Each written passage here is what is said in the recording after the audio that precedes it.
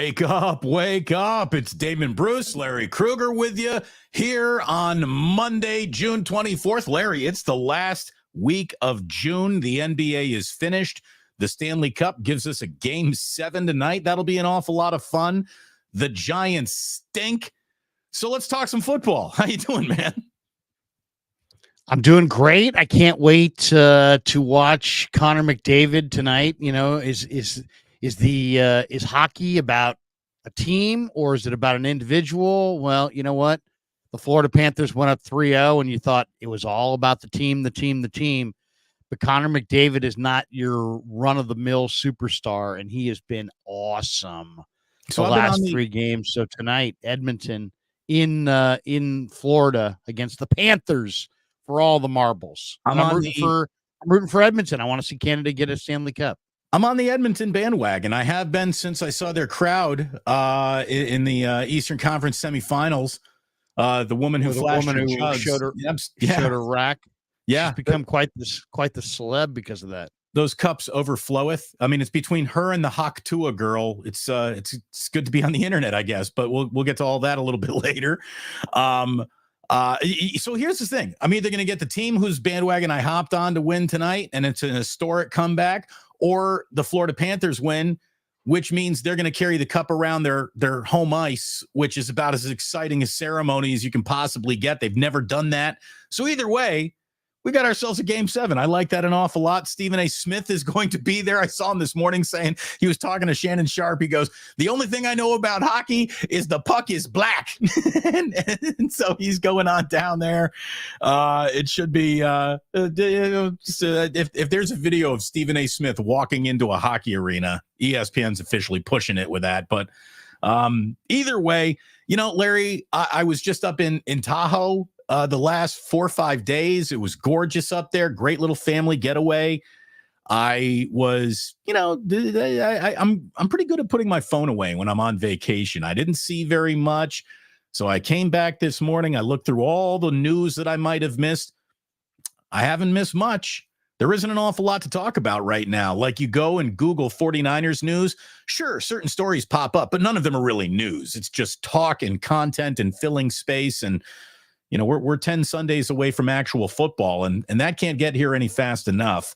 All draft picks are signed. I guess that is the bit of news since the last time you and I have talked. Ricky Pearsall has his 4-year deal. There was never any doubt that was going to happen.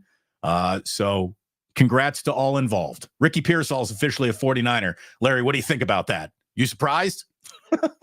Well, you know, we're no longer in the rookie holdout deal anymore. Those days have come and gone. Everything's slotted. So there's really never any doubt that any rookie's going to sign. They're going to sign. It's just a matter of when. You know, I'm glad to see that all the draft picks are signed. I mean, there's always news though. There's always news. And today is no different. There's news today. What's today's big news? Because if it's about Brandon Aiyuk, the news is the same news as you've been for months. I mean, that's actually, there's new news today. Aiyuk put on his Instagram that he is flying to California, Bay Area bound. California. It says 49er wide receiver Brandon Aiyuk is in California. We saw a picture of him or a picture of his family or whatever on an airplane. There you go. Maybe they're going to Legoland. I don't know. Maybe they're going to Disney, little, you know, Galaxy's Edge there, checking out the Star Wars thing. I don't know. Look, good that he's in the state of California. That's last time I checked. It's where the 49ers did hang their hat. So does that mean the deal is getting closer to being done? I don't know. The stalemate feels like it remains. Nothing has really changed or developed in terms of us learning about any element of this negotiation. No price points have been fluffed or put away since Mike Silver went public with the $26 million offer. We all know that he wants 30. Here's the one thing I have for you, though. Let's say that the 49ers officially are frustrated by this and teams have been interested. They haven't pulled the trigger on a trade. Right? I mean, they want Brandon Aiyuk on this team this year. There's no doubt about that. And every 49er fan should want that too. So I just hope that this gets done. It sounds like they're a handful of $1 million away, which means, they're close.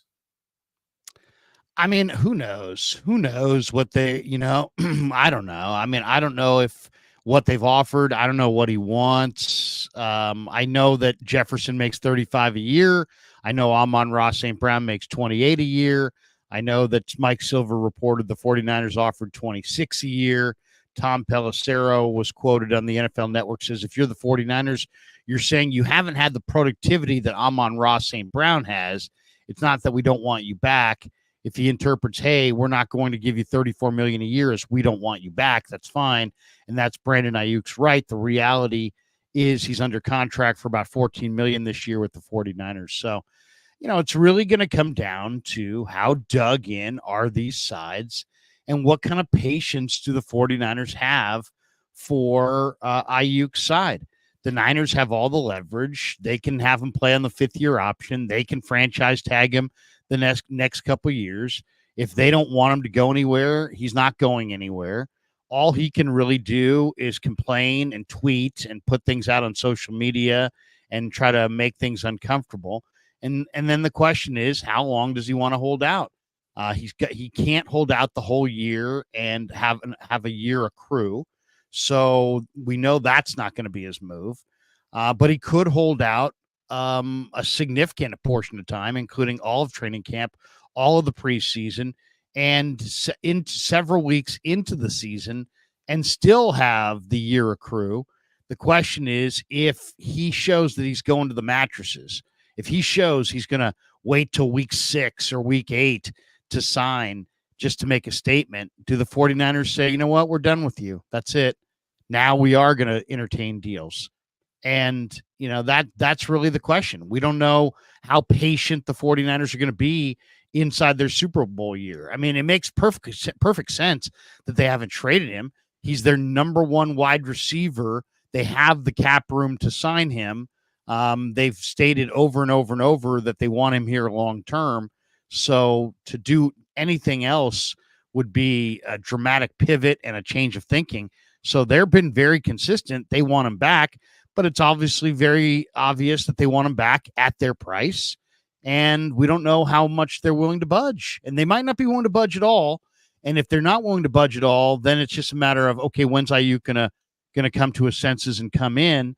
And if he's not willing to do that, or if he wants to make some loud, half season long statement, they could easily get to the middle of August and just say, hey, Steelers, Patriots, Chargers, all you Jaguars, all you teams looking for a wide receiver, we're now officially taking offers, and their tone could change. But you're going to get less for that, right? Because now you're getting a player for just a half a year. So that would be, if we talked about all the different ways this might have been mishandled on either side, that would be the last sprinkles on top of the way that the 49ers have mishandled this and, improperly evaluated their own Brandon Aiyuk market desires of other teams. Because look, if you want Brandon Aiyuk, your team X, whether that be the Steelers or whoever, if you want to trade for Brandon Aiyuk, chances are you have put that package in front of the 49ers already if you're serious about it. Now, we haven't got that news. I haven't heard of any formal trade offer hitting, the news wire anywhere. So I don't think that it's happened, but maybe it has. And if you're the team that's about to trade for Brandon Aiyuk, you want him there. Well, first of all, wait a second. Because you haven't seen it hit a news wire, you don't know if an offer has been submitted. There's all kinds of offers made all the time that never, ever, ever find their way to the media. You know that. Less and less. There's very little, that happens with no knowledge. Like if there was an official, the Steelers have made a formal offer to the 49ers. It feels like that probably would have come out. This is a story that literally is one of the 4 stories that NFL Network is sitting on, because it's only one of the few stories that's an actual story for them to tell right now. So I don't think that this could happen so far under the radar that nothing would happen. But I'm just assuming, Look, Well, there's been lots of you- rumors. I mean, there's been lots of printed rumors out there. There's an awful lot of people that believe they know what's going on. right. If it doesn't come from Jeremy Fowler or Ian Rappaport, I don't give a shit about some Steelers, chat room rumor. I want real, actual, credible journalists telling me what might happen here. And I haven't heard any of them tell me that a formal offer has been made to the 49ers for Brandon Aiyuk. But even if one has, like, let's say you're right. Let's say, things did happen underneath the table. We don't know about it. And it has happened. The 49ers haven't bid. The best time to trade Brandon Aiyuk was like a couple of months ago around the draft. The second best time would be right now. The worst time would be in the season where any team that was about to trade for him would want to compensate the 49ers with less because they're going to get less Brandon Aiyuk. No team that is serious about trading for Brandon Aiyuk wants to see that trade get executed in late September. They want Brandon Aiyuk working with brand new, hey, how are you quarterback right now? So any team, if there was any team out there really coming after Brandon Aiyuk, I think we would have really heard about that by now. And it doesn't seem that has happened. So again, nothing has happened. Or the 49ers have, the 49ers own this situation. They could decide that their first choice is to have Aiyuk and that their second choice is to trade Aiyuk and that their third choice is to give in to Aiyuk. So just because they haven't given in to Aiyuk doesn't mean that, trading him is not one of their choices. And yet if it's not their first choice, there's no real reason, 6 weeks before training camp to do anything really. You're not really, if your first choice is to have him, and since you're inside your Super Bowl window and he's one of the best players on your team, odds are that's where they're at. Then it makes no sense to shop him. But at the same time, if he is going to dig in to the point where he's now going to miss regular season games, and who knows, there's also the other factor that's very much a part of this is what do the guys look like when he ain't there? If he doesn't show up in camp, what does Cowling look like? What does Pearsall look like? What does Danny Gray look like? What do the Niners receivers look like? What's the passing game look like? If it looks awesome, that's not good news for Brandon and his leverage. If it looks terrible, that's not very good for the 49ers and their price point. So, by the way, you love to start with the Raphael 562 Niners like and subscribe, and you leave it up there for the first hour of the show. Thank you very much to anyone who likes to like and subscribe. Thank you for watching. Yeah, you can take that down. I like to leave it up there, Damon, so people see it and then they come in and they're reminded to like and subscribe. So it boosts the stream. Do you think that that's the difference maker? Like, Raphael told me what to do. Yeah, I do. So I'm in. Thank you. I think people when they see like and subscribe, it's not that they don't like the show. They're here. And it's not like they don't subscribe to the channel. 40,000 plus have subscribed to my channel.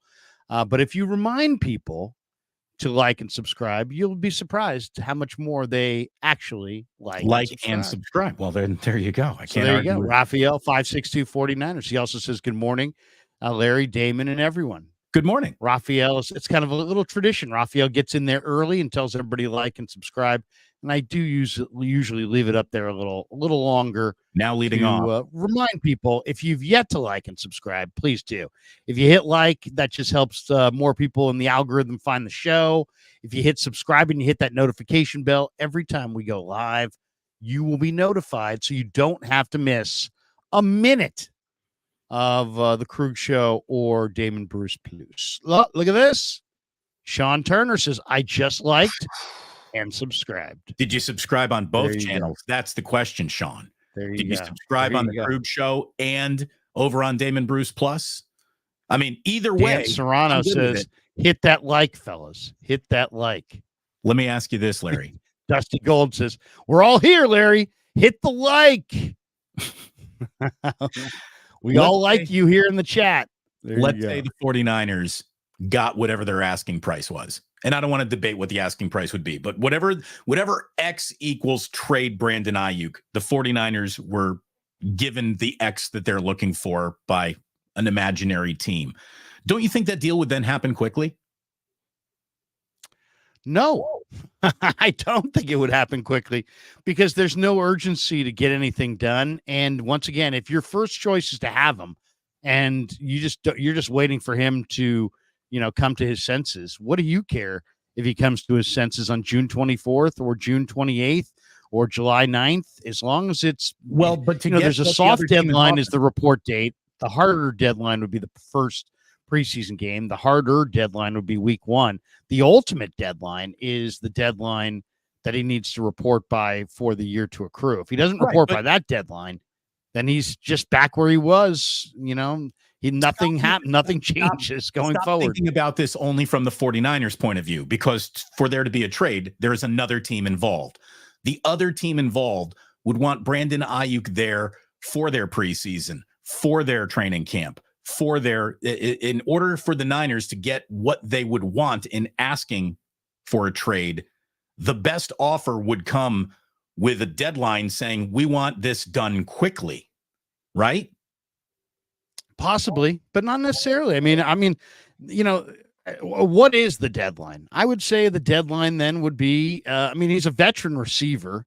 I mean, if you tell him run a 9 route for the Niners is the same as a 9 route for the Rams. I mean, there's the full tree of routes, and then it's just a matter of what route are you running, and there's some nuances, but I mean, you can make a transition. He's not the quarterback. What is a 9 route there, Greg Papa? Is that one of these or one of these? A zing zing? It's just a straight draw a 9 route right now. What would you draw me? Just a straight line. It's a go route. Oh, it's a go route. So why is that called 9? Why is that not called 12? Why is that called a 9 route? Well, I mean, you played football, right? I mean, it's the but tree. I wasn't a wide receiver. I mean, if everybody Googles right now the route tree, you'll be able to see all the 9 routes that are basically.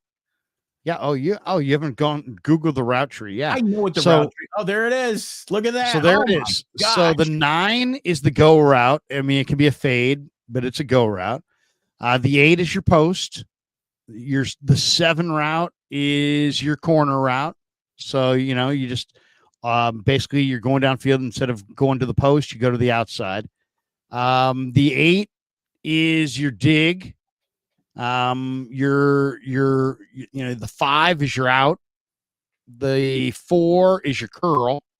The 3 is kind of more of a comeback, which could be like a kind of a stop route, but then you come back to the quarterback. The 2 is the slant. You throw the slant, and then the 1 route is just out in the flat, just ball to the flat. All right, there's your route tree. Just, when you hit me with that, if they step to the line and there's like 9.99 razor, chances are you've got 3 receivers all running go routes.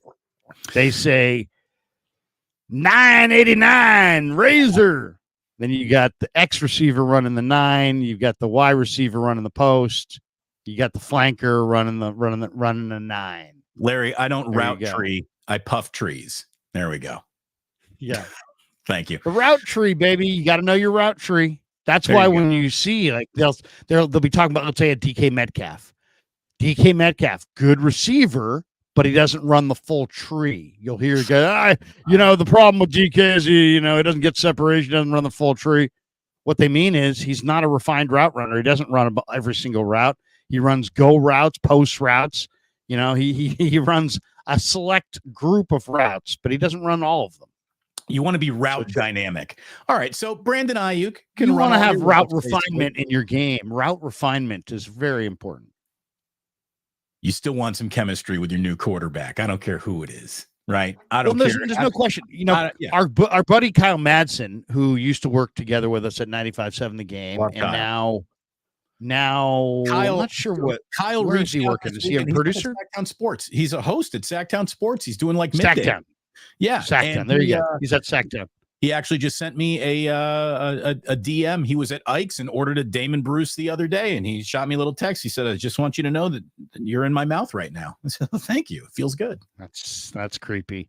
But the creepy Madsen did write a pretty good article. He said he proposed a 49er trade of Aiyuk to New England. And it's interesting. He said if New England wanted to ship out a package like cornerback Christian Gonzalez and a 2025 first-round draft choice, the 49ers would certainly listen. Well, obviously New England's not going to make that offer. But you know what? That offer is intriguing on a lot of fronts. One, if you do want to move off of Aiyuk, do you really want a receiver back? Maybe, but maybe not, right? That's part of the reason you want to trade Aiyuk is that you've got other receivers. So trading him for Christian Gonzalez, who's a corner and a good young corner, makes a lot of sense. Now, I can't believe Elliott Wolf, Ron Wolf's kid, who's the GM of the Patriots, would trade next year's number 1, which very well could be the number 1 pick in the draft because New England's that bad. Even with Aiyuk, they're probably going to be a top 10 pick. So I think the number 1 would be off the table. But maybe if you were willing to swap your 1 and Aiyuk, maybe if you were willing to trade Aiyuk and Ambry Thomas or something like that, maybe if you were willing to trade Aiyuk and a conditional draft choice, maybe you could get Christian Gonzalez in that 1. More than likely, it would be Christian Gonzalez in a 2. But even so, Christian Gonzalez and a 2, if the Patriots are as bad as I think, that pick could still be in the top 40. I think I would do that deal. I think and I like the idea of trading Aiyuk to the Patriots, 1, because he's out of conference, 2, because I don't think he's ever going to win there. So I don't think you're ever going to have to look up and go, man, we traded Aiyuk to, a team and now they won the Super Bowl. Now here you trade him to Green Bay, that might be bad. You trade him to Kansas City, that could be a disaster.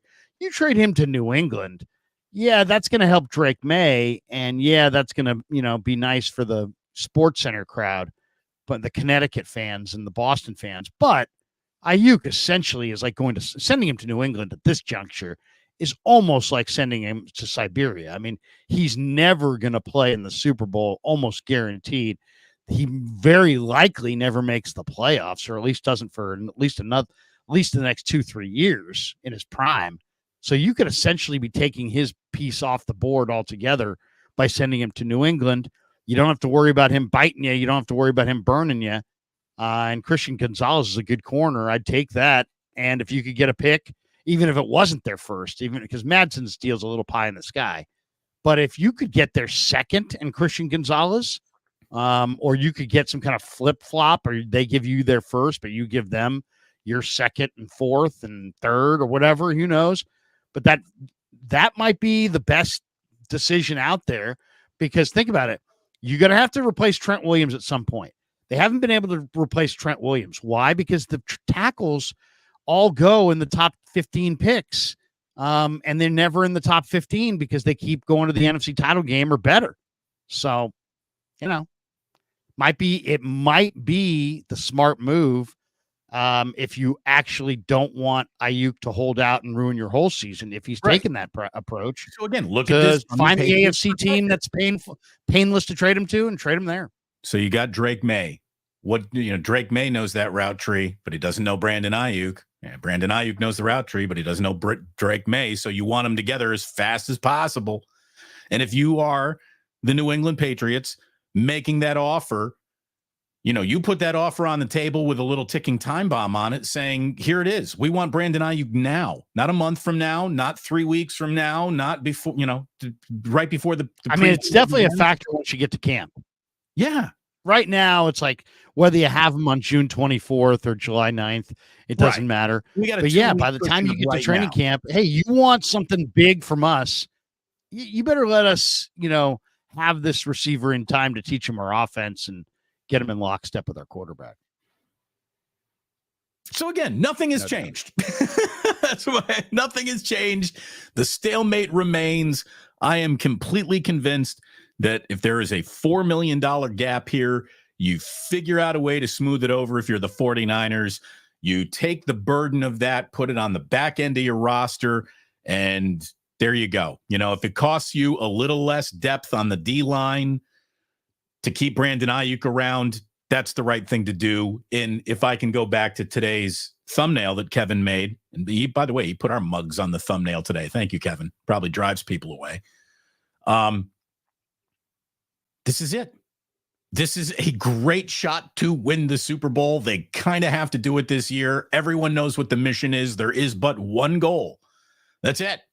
Win the Super Bowl. Here it is. It's funny. Jillian and I are thinking about planning a little vacation. The vacation that we were talking about would happen in the week in between the NFC title game and, the layoff to the Super Bowl. And I'm like, Jillian, I don't know if we can plan this vacation here because I think the 49ers are going to the Super Bowl. I really do. And she's like, she's a big 49er fan. She likes hearing that, but she's like, what are the odds? Like, really, what are the odds that this team goes to back-to-back? It's so funny that she would ask. It's so funny that she would throw that question out because I can tell her the exact odds.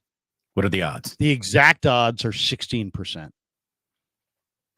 The exact odds, according to Pro Football Focus, they gave the 49ers the number one odds, or ESPN and NFL Analytics, excuse me, not Pro Football Focus. ESPN NFL Analytics did a breakdown last week, and they gave a percentage chance of going to, might have been a percentage chance of winning the Super Bowl. 16%, and then what? The Kansas City Chiefs are what, at 13% or something like that? I think 14. They're second. So 16% chance is the actual answer. So do you think that the reason why the Niners have the number one odds is because they're really the favorite to win it all? Or do you think that they just can't put Kansas? In order for Kansas City to win a Super Bowl this year, they will have to do something that has never been done before in the history of professional football. So it feels like that's what's working against them, right? No team has ever won 3 Super Bowls in a row. If Kansas City does that this year, they will be the first to have ever done it. So, is that a factor within the whole debate? Well, yes.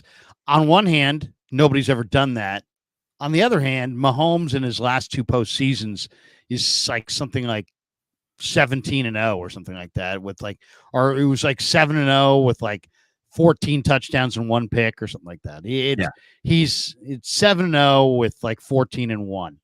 So he's been unbelievable. So he's going to have to come back to the pack it's like the part of if you're going to project anybody to win the Super Bowl, you got to project them to beat Kansas City. And Kansas right now, that's looking like almost near impossible. So, Robert Prados says only 3 teams have lost the Super Bowl and then won it all the next year. Yeah, out of 56 tries, only 3 teams have ever done what the Niners will try to do this year, which is lose the Super Bowl, come back and win it the next time. And then somebody in here, I think it was Patel, said if you get rid of Aiyuk, you're not winning the Super Bowl, and I don't agree with that at all. Yeah, I don't think it's he says and Aiyuk trade eliminates the 49ers from Super Bowl talk in 24. Only if it's for draft choices, not if it's for players. Right. Not for if it's who, for what? Yeah, you don't even know who you're trading him for. So right. He's not that good of a receiver. He's good. He's not that good. Right. Brandon Aiyuk traded for Devontae Adams. For who, for what? Tell me. Let's see what else we got going on here. I mean, the reason why I think you want Brandon Aiyuk in there right now for everything that we just illuminated is the fact that the one thing that everyone does agree on is that this team is out there marching to Brock Purdy's beat right now. And Purdy has completely going into year 3 here, his first full offseason healthy with the 49ers, is really taking charge. And I saw this story on Niners Nation. Purdy was studying game film with Kyle Shanahan and he saw occasional lapses going through his progressions, his footwork, his game management. During organized team activities and minicamp practices, Purdy clearly in command. He's in meeting rooms and in the locker room. His teammates say that Purdy has been more vocal, a far cry from last offseason when he was recovering from elbow surgery and unable to take any work that he was doing into the classroom out on the field with him. So this is, it's the 49ers offseason that they've been hoping for, that they've been wanting. They've got it. And it just feels like $4 million to not have Brandon Aiyuk in there, just working out, getting everybody back on the same page. No more cryptic TikToking and all that stuff. They should just get it done. They should just get it done. If they're just a couple $1 million away, just get it done. You are right. The Niners have all this leverage. Just get it done. Just get it done. Forget about the power play. Forget about winning this deal too. Just get it done. Yeah, but see, this is the problem with the structure of the 49ers to some degree, is that, you know, Jed is in charge, and then I get the feeling that John is judged by trades, so he's very particular about the trades and draft picks. Kyle's judged by the wins and losses, so that's what he's about, and Parag's judged by the contract negotiations and how favorable they are to the team. And so I think that there's a little bit of, you know what, I want to make sure that I look good in my area of evaluation, and the Niners could win a bunch of games, but if they get a bunch of bad contracts, then Parag's not doing his job, and John could make a bunch of great trades, but if Kyle doesn't win a bunch of games, then Kyle's not doing his job. So there's a little bit, I get the feeling that Jed drives these guys in their own area pretty damn hard, and they're really, really adamant about winning in their area. And and as far as Purdy's concerned, I think what I'm hearing is the same thing that I'm seeing, is that if you watch him in OTAs, you watch him in minicamp practices, he's in total command. I'm not in the meeting rooms or the locker room, but we're seeing what he, on the field, and he's taking charge, and his teammates are saying he's more vocal. And, last year he was recovering from the torn ulnar collateral ligament in his right elbow, and that was his focus. This year, he's fully healed. He's coming off a breakthrough season. They went to the Super Bowl. He's entrenched as the starter. There is no Trey Lance. There's nobody that he's looking over his shoulder at. Right. In front of mentally, him, physically. Him. Yeah, I mean, he's taking it to a different level mentally and physically. Shanahan says he's definitely ahead of where he was last year at this time. It's been awesome for him to lead us through the offseason, just drill-wise and everything. It's been great to have him for a first full offseason. So, I mean, there's a chance. We talk about all these different factors with the 49ers. There is a chance. And the anti-Brock Purdy crowd, of which there are many, it seems, aren't going to want to hear this, because they had decided that he couldn't improve from his rookie year to his second year. So they really don't want to hear this. But this is the truth. Brock Purdy is improving dramatically from year 2 to year 3, and you don't stay the same. You either get better or you get worse. He's working on his game. He's getting better.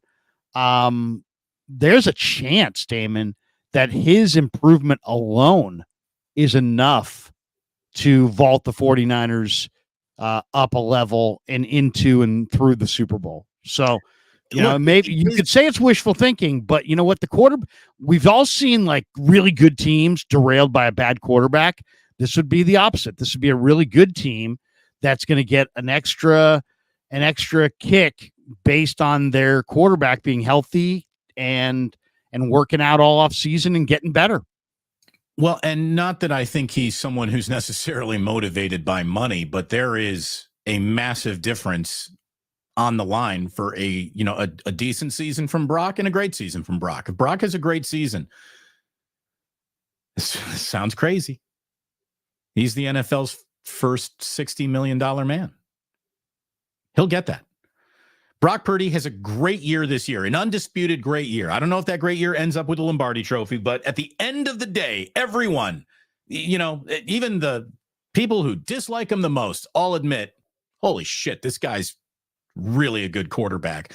If that is the truth, he is going to, be the guy who resets that entire quarterback market. And it feels like this is something that you and I were talking about, last week. The NFL needs to do something here, Larry. The NFL cannot have a billionaire class position for quarterbacks and just working class everyone everywhere else, because we got to pay the billionaires their billions, and everyone else gets the crumbs left over. Football can't exist with that being the reality of how teams are built. It shouldn't. So the NFL needs to, I really think, address growing quarterback salaries, and needs to address it with a dramatic decision that either has, the quarterback you re-sign not count against your salary cap, or count dramatically less against the cap percentage-wise based on how much they're being paid. Something has to happen, because let's say Brock does get to 60. Well, we're only a decade away then from a quarterback making $100 million. Yeah, but see, I mean, who cares? I mean, it's all tied to the revenue. It's like if the revenue reflects it, then to me, it's not that the quarterbacks are overpaid; it's that everybody else is underpaid. This is the most popular sport in the world. I mean, this is the most coveted thing there is.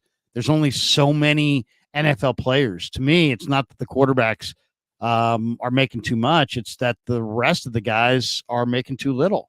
Right. I mean, look how popular the NFL is. But unless they grow that pie, it's about slices of pie. And if the guy is getting half the pie, leaving half the pie to divvy up with the rest of the team, that's also an unsustainable model to win. And you're the one talking about how numbers count. These salaries matter. And I agree. Yeah, but the salary cap is going up. That's why these quarterback numbers are not going up in a vacuum. They're going up in relation to the salary cap. The cap is going up every single year. They're outgrowing the growth of the cap, though, so dramatically. So then the cap. But I mean, okay, so they'll make some form of an adjustment. But really, the problem's not that quarterbacks make too much; it's that the other guys make too little. That's what I think. I would agree with you. I mean, look at how much money there is in the sport. I would agree with you. Look how popular the sport is. The solution will then never be quarterbacks make less, to be fair to you guys. So something's going to have to be done. Again, a mechanism is going to have to be built in to the NFL's collective bargaining agreement that allows quarterbacks to make X and the team to make Y, and not have a battle between X and Y taking place.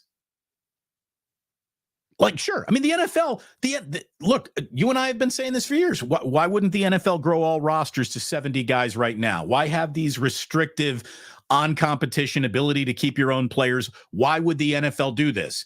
Well, the NFL has decided to do that. The NFL wants to rip apart success and reward failure in terms of how draft picks are allocated and, money to be spent and all this stuff. I just think that the NFL needs to address this with, okay, so look, if the NFL is willing to say, yeah, the salary cap's going to go up $100 million next year, then we're good. They don't do that, it's going to be a headache. Well, we'll see. I mean, I personally, I don't really care that much about the cap, so I don't want to get into it too much. But no. You can't play I don't care about the cap over here, but we care about it dramatically with Brandon Aiyuk. Well, I don't care about the cap. I don't care about the growth of the cap, and if the NFL puts some artificial rule in place to put a drag on quarterback salaries, nor do I care what percentage the quarterback makes of the cap as opposed to the defensive tackle.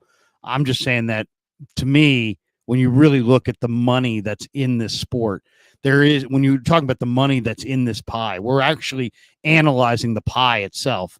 There is no revenue pie of any industry in America that looks anything like the revenue pie that the NFL enjoys. There is no business, there is no industry that I know of right now that goes up from $7 billion pie to a $12 billion pie to an $16 billion pie in like a 3-year span. That's where the NFL is. The NFL has, and they're only just discovering brand new revenue streams as we speak. So, when they run out of discovering new entire revenue streams, maybe then I'll be concerned about their finances and how they split up the profits. Until then, I really don't care. They just stumbled into absolute windfall with gambling, and we don't even know the beginning impact of that gambling. We've seen the Manning brothers commercials, and they're advising everybody to be smart, but at the end of the day, they're making money hand over fist, and that's going to make the cap just go up dramatically. So that's kind of why the sky is falling with the cap. People always fall on deaf ears because you're talking about a moving, if you knew for sure what the cap was projected to grow at and where it was going for sure, it would be one thing. But since they're discovering new revenue and their TV partners are setting new records every time the bid comes open for the rights to any of these games, it's like at this point, what are we talking about? We're talking about an exploding revenue pie. An absolute. If any other business in America had this kind of revenue pie, they would be like, "Whoa, Right. we don't even know what to do with it." And at some point, the only way to get better, because they will have grown it, the NFL bubble, all bubbles bursts, right? So the NFL bubble can only get so big before it pops. The way to really get even more eyeballs on the product isn't whoever the next Taylor Swift is dating whoever the next Travis Kelce is going to be. It's going to be your product is better. Like the game that was a dud is no longer a dud because these teams are together and they stay together. And this to me would make the NFL a better product. If the salary cap wasn't the reason that good players had to be cut and the player that you want back is now impossible to get back because you got to fit him into this completely arbitrary number, agreed upon number that everyone's got to fit under. The NFL would be better if teams were able to stick around together and play together longer. I mean, this is something that Steve Young has talked about incessantly. All the years that I've ever heard Steve Young, you talked about how it's such a difficult dance to coordinate. When you have a new dance partner every other year, you got to go right back to learning the first couple of dance steps with everyone. So the longer you stay together, the more you learn about dance steps, and you just get in sync with everybody, and it makes the product better. I think the NFL needs to ask itself, what's the best way to grow this beyond adding games? It's to take the games that it's not just about the money though. It's about other things. It's about practice time. It's about, how much time do they allow these players to practice together? How much time do they allow the players to be in the facility? Quality of product comes, you have to have a certain amount of field time together, and they keep taking that field time away, minimizing it. They used to have 2-a-day practices. They used to have longer training camps. Now they're going to shorter camps and no 2-a-days and this and that. So it's definitely changing. I mean, the sport is definitely changing, but the revenue's there. The revenue's there, and it's growing, and we'll see where it goes. But ultimately, right now it's a revenue pie that knows no end. So we'll see where it goes. But I definitely would be in favor of growing the rosters. But that's going to take a level of commitment that I don't know if the NFL wants to, commit to. They have enough money right now to offer total lifetime medical coverage to everybody who ever plays it down, but they don't. So why don't they? Even though it would be a tremendously strong PR play, they obviously feel like the cost of it is prohibitive, but they're minting money. So right, it really makes you wonder. The answer is greed. The answer is greed from the top, which, by the way, is the answer to just about every question that's plaguing America right now. Greed at the top is killing everybody. Greed at the top. This guy says the NFL makes more money than the NHL, MLB, MLS, and NBA combined. Do we know that? Is that red eye throwing that out there? Is that true? Oh, I'm sure it is. I mean, first of all, the MLS makes nothing. Football revenue's massive, absolutely massive. I mean, I'm not here to argue. I just want to know if that is absolutely true, though. I don't know. I'm not the fact checker, but we could check it. Not today, though. We're not going to check it in real time. I did see George Kittle, again, going back to Purdy, saying he's in the building every day. He's the same guy every single day. He's consistent. He's incredibly competitive. It's fun seeing him yell at guys when they don't know their route depth or have the wrong landmark. And then he gives us one of the all-timer, just kind of quotes, the Gunga Galunga, if you will, Bill Murray and Caddyshack. He looks like the guy, which is really nice. The Dalai Lama leaned in and he said, Gunga Galunga, which means I will have everlasting clarity in my moment of death, which is nice. But it's somewhere.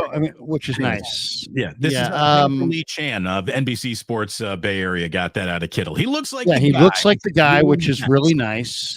He's in the building every day. He's the same guy every single day. He's consistent. He's incredibly competitive. It's fun seeing him yell at guys when they don't hit the route depth. If they have the wrong landmark, he's taking control of the offense and making it his. Which is nice. That's what you want to see, And once again, it goes back to the people that had decided that Brock Purdy could not improve from year 1 to year 2, those people probably, felt stupid after watching him do exactly that from year 1 to year 2. But now that was after an offseason where he really didn't have a lot of field time, where he was managing his rehab and trying to learn and get better. Now he's got no rehab. He's just out there learning, getting better, taking command. It's his team. It's his team. And let's say Brock can get, I don't know. I mean, it's hard to know, right? Because it's a human being, but how much better can he get? Can he get 5% better? Can he get 10% better? What if he can get like 25 or 30% better? What if he can get significantly better? If he gets significantly better, you're talking about a guy who's going to probably be the MVP of the league. You're talking about the MVP of the league. Now the 49ers are probably going to win 12 games and maybe have, home field advantage throughout the NFC playoffs. So, I don't know. I'm not sure exactly. I think it's logical to believe that if Brock Purdy got better from year 1 to year 2 with the surgery and the rehab, that he's going to get significantly better from year 2 to year 3. And if he gets significantly better, could that alone be the factor that vaults the 49ers past the Chiefs into the Super Bowl and to the top of the football world? And you know what? I would argue yes. I mean, think about it this way. There's all kinds of teams where you're like, man, that's a good team, but man, the quarterback's weighing them down. Well, if the Niners found their franchise quarterback and it took them 25 years to do so, and now that franchise quarterback is, I don't know, 20, 25% better than he was last year, and he was in the MVP conversation last year, that alone might be enough to make the 49ers that Super Bowl winner that we're all looking for them to be. So nobody wants to have that conversation because it's like too positive about Brock Purdy, and being skeptical about Brock Purdy seems like the smarter play. Well, it's the play that gets you clicks, right? It's the play that but it's also negative always sounds smarter than positive, right? If you say, hey man, I think 49ers are going 13-4. And then you go, you know what? I hear you, but I'm thinking more like 10-7, whatever. It's like the guy who says 10-7 always sounds a little bit smarter because he's a little bit more negative on the team, right? More skeptical, more, just doubting. More skeptical, You don't want to sound like a homer if you're coming out. But like if you say, let's say you say, hey, Niners are going to win 13 games, man. I'm thinking 13-4. And I come back and I say, hey, you know what? I agree with you, but I think you're off. I think they're going 15-2. Well, you then sound smarter because your number was lower. I sound more like, emotional because my number's higher. But I'm just saying the quarterback has a huge impact on things, and it's very reasonable. Like we used to do an exercise with the Cardinals, Damon, and it was a basic exercise. We did it in the offseason at our meetings. And the meeting was we would go through the roster, and every single guy in the roster, we would have an arrow, and the arrow either had to point up, down, or horizontal. So in other words, the player's getting better, the player's getting worse, the player's staying roughly the same. And when you can point to the quarterback on this team, the arrow is pointing up. It's not pointing sideways, it's not horizontal, it's not pointing down, it's pointing up. And the guy was already really good. I'll give you and this. Is that enough to take the Niners from, man, they were one of the best teams in the NFC. They won the NFC. They weren't that good in the playoffs, but they won the NFC. And then they lost to the Chiefs. Could that be the difference right there? The improvement curve of Brock Purdy? I would argue it probably could be. It could be. Let me give you a little either or question. You can have Brock Purdy get 5 to 10% better, or duplicate last season almost identically. Same numbers, same production as last year, but the defensive line plays better. That's probably enough to win the Super Bowl. Yeah. Like that's the thing. And that's a big question too. It's like, is the defensive line better? Like I've seen Coach Yak put some incredible film out of Malik Collins doing, drills. He's in. Jordan Elliott's in. Leonard Floyd's in. They brought in Shaquille Brown and Evan Anderson, but gone are Javon Kinlaw and Eric Armstead and, and others, obviously Chase Young, Randy Gregory. They've lost. Others is the right way to half dozen defensive linemen. Those guys had bigger names and reputations, Gregory and Chase Young. You can just call them others. I mean, you can get the same amount of production out of the next guy as you got out of those guys. Because they didn't do much. I just think that to put it all on Brock is that's just not how football works. Brock was good enough to win the Super Bowl last year. He absolutely was. Brock isn't the reason that the 49ers didn't win the Super Bowl. Not at all. Wasn't his fault. So, I think that, him getting better. Would you like a quarterback to be better or worse? I'll choose better. Sure. Give me that. I'll take that. But the 49ers just being better defensively is how they win a Super Bowl. That's how close they are. The 49ers, if winning a Super Bowl is a screw that you're screwing into the woods, then the Niners are just a couple twists away from winning a Super Bowl. They really are. They've been that good for this long. I saw somebody complaining, the Niners, they're kind of an older roster. They're the oldest roster in football. Well, this is what happens when you keep really good players in one place. And you're not just constantly turning over saying, we're done with that veteran, would rather see what the next rookie can give us. The 49ers have had a reason to keep football's oldest team, on their sideline because these guys can play. Coach Yak, you just brought him up. I saw him tweet over the weekend. Again, I did a good job putting my cell phone down up in Tahoe. Every now and then, though, I did open Twitter to see if I missed anything. I saw that CBS did a top 100 players in the NFL. 49ers got 9 of them. They're the most. The Niners basically have 10% of the top 100 players, according to this list, in order. Number 3, Trent Williams. Number 8, Christian McCaffrey. Number 10, Nick Bosa. Number 22, Fred Warner. Number 37, George Kittle. Number 45, Brandon Aiyuk. Number 60, Charvarius Ward. Number 81, Deebo Samuel. Number 85, Brock Purdy. Which is a little nuts to have Brock Purdy, the last guy on the Niners list, if you're honest. But I don't want to argue with the list. The whole point is this team is stacked. There's a lot of talent here. Well built, well coached, ready to go. There's one thing left to do. And people say, their Super Bowl window's closed. Mike Crocker, the Super Bowl window's open as long as we have Brock and Kyle. The Niners have some older players, but it's, for the most part, I mean, how many players do the 49ers have on their 90-man roster right now that are over the age of 30? What, 5? I think it's like 9. Is it?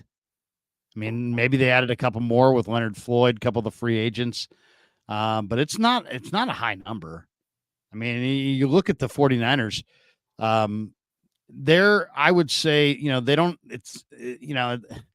I don't know if it's an old roster. I mean, is it really? Trent Williams is older. Kittle's older. Juice is a little bit older.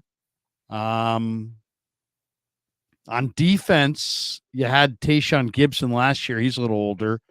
I guess Hargrave and Floyd now on that front. Those guys are a little older. Devondre Campbell. I mean, it's still a relatively young football team. I see. I mean, that's the team that I'm looking at is they're still relatively young. I actually put up a list last night. I was going through the Niner depth chart, just taking a look at where they're at. And I came up with 12 players that I think are wild card players, what I would call wild card players for the season ahead. And what I mean by that is that we don't, like, their floor and their ceiling have not yet really been defined. Like, we're not really sure how good they are but we, there's reason to think that these guys all have talent and they could go either way. How about this? Here's what I have. I know for a fact Drake Jackson's on your list. Drake Jackson is probably he's not actually on the list. No, he's not on my list right now. He's in his own. Because his knee is not letting him get out there. And I got to see more from him before. I'm more skeptical on Drake. This is year 3. If it was going to happen, it would have happened by now, probably. I agree with that totally. So I think that year 3 is a big year for a defensive lineman, especially one who's been dealing with injuries. To me, Drake Jackson is the kind of guy who's the poster child for this argument. I don't know what we got. You could have a very significant, talented NFL player, or you could have a total bust, a guy who doesn't make it in this league, doesn't get to a second contract. It could go either way right now, that way for Drake Jackson. So to me, okay, so let's go through your list. I'm not as enthusiastic right now about Drake because there's strength issues, there's physical issues, there's and it's like I'm him and Beal, I'm like kind of skeptical at this point. Okay, so this is what I have as far it's all subjective. Okay, here's guys that I think are wild card factors based on what I've seen of their career and where they're at. Danny Gray. I think Danny Gray still has something there. He can really run. No idea. I got no idea. Like Danny Gray never had he's a wild card. Drake Jackson 3-sack game against Pittsburgh, right? So Drake Jackson has done it in a game. Danny Gray hasn't fucking done nothing in this league. Nothing. Well, right. He's been hurt a lot. I mean, they've both been hurt a lot. Jackson, but at least he's done something.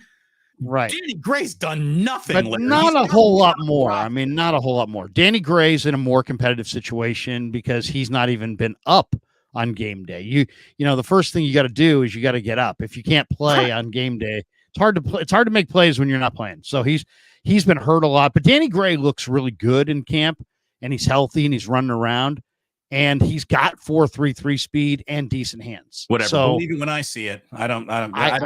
He's a wild card. He could be good. He could be good. He could be very good, or he could be cut. He could be cut. Dominic Puni. He could be good. He could be very good, but we don't know. Braden Willis has looked very, very good in this OTAs. Very, very good in this offseason. He's definitely improved from last year. How improved? Can he make an impact? I mean, he looks like he could be a well above average receiving tight end. So based on what I've seen this offseason. I'm going to throw Tanner Mordecai in there because I don't know what Mordecai is. I think Mordecai might be good enough to beat out Dobbs and Allen. I'm going to put Cody Schrader on this list as well because Cody Schrader to me is the first team all SEC running back who looked good in the OTAs. So there you go. There's 5 guys on offense. On defense, I've got these 6. I've got Jordan Elliott, who a lot of people are skeptical about Jordan Elliott, but I really kind of like him. I think he can go in any direction. The 2 backup defensive tackles, Shaquille Brown and Evan Anderson, both those guys looked really, really good in their pads at minicamp. Anderson is really, really strong and now is down to 315 pounds and looks kind of quick. And Shaquille Brown has just got ridiculous speed and strength and size. So those 2 guys are definitely wild cards. D. Winters and Jalen Graham, definitely wild cards. Darrell Luter, definitely a wild card. And Isaac Yiadom, who they just brought in from the Saints, definitely a wild card. He had a great year last year. He had like 8 PBUs and he only played like 12 games. So that's 12 guys that, I don't know what they are. Like none of those guys did anything last year for the most part. Danny Gray, Puni wasn't on the team. Braden Willis didn't play. Mordecai, Cody Schrader, Evan Anderson weren't on the team. Shaquille Brown wasn't on the team. Jordan Elliott wasn't on the team. Winters, he did nothing for the most part. Graham, Luter played a little bit. At the end. Yiadom was with the Saints. I'm just saying these are guys that weren't really contributors or even on the team last year that I think are kind of wild card factors this year as far as what they can contribute. And if you go 0 for 12, then you're probably not going to be a Super Bowl team. If you go 12 for 12, you might be a very improved football team, and you went to the Super Bowl last year. So it just kind of shows that when you really look at the volatility of an NFL roster, the Niners, for the most part, look very similar roster-wise to what they looked like last year. But when you really look closely at the names, I just named you 12 guys who all have talent and who've all shown different degrees of production in this offseason OTA time. None of these guys did anything last year. So if these guys step into the mix and produce this year, you get 12 guys coming in that didn't produce last year that are producing this year. That might be enough to vault you into another status. Who are you cutting to make room for? You just basically gave us, beyond Purdy, the 49ers practice squad. That's what you just gave. The 49ers might have the most loaded practice squad in the NFL. No, I think Braden Willis makes the team for sure. I think Cody Schrader can make the team. Definitely Jordan Elliott's making the team. Definitely D. Winters is making the team. Definitely Darrell Luter's making the team. Definitely Yadam's making the team. I mean, those are just several of their new additions. You know, it's like if their new additions don't do anything, they're probably not going to be a Super Bowl team. But there's 12 guys there that all look good right now.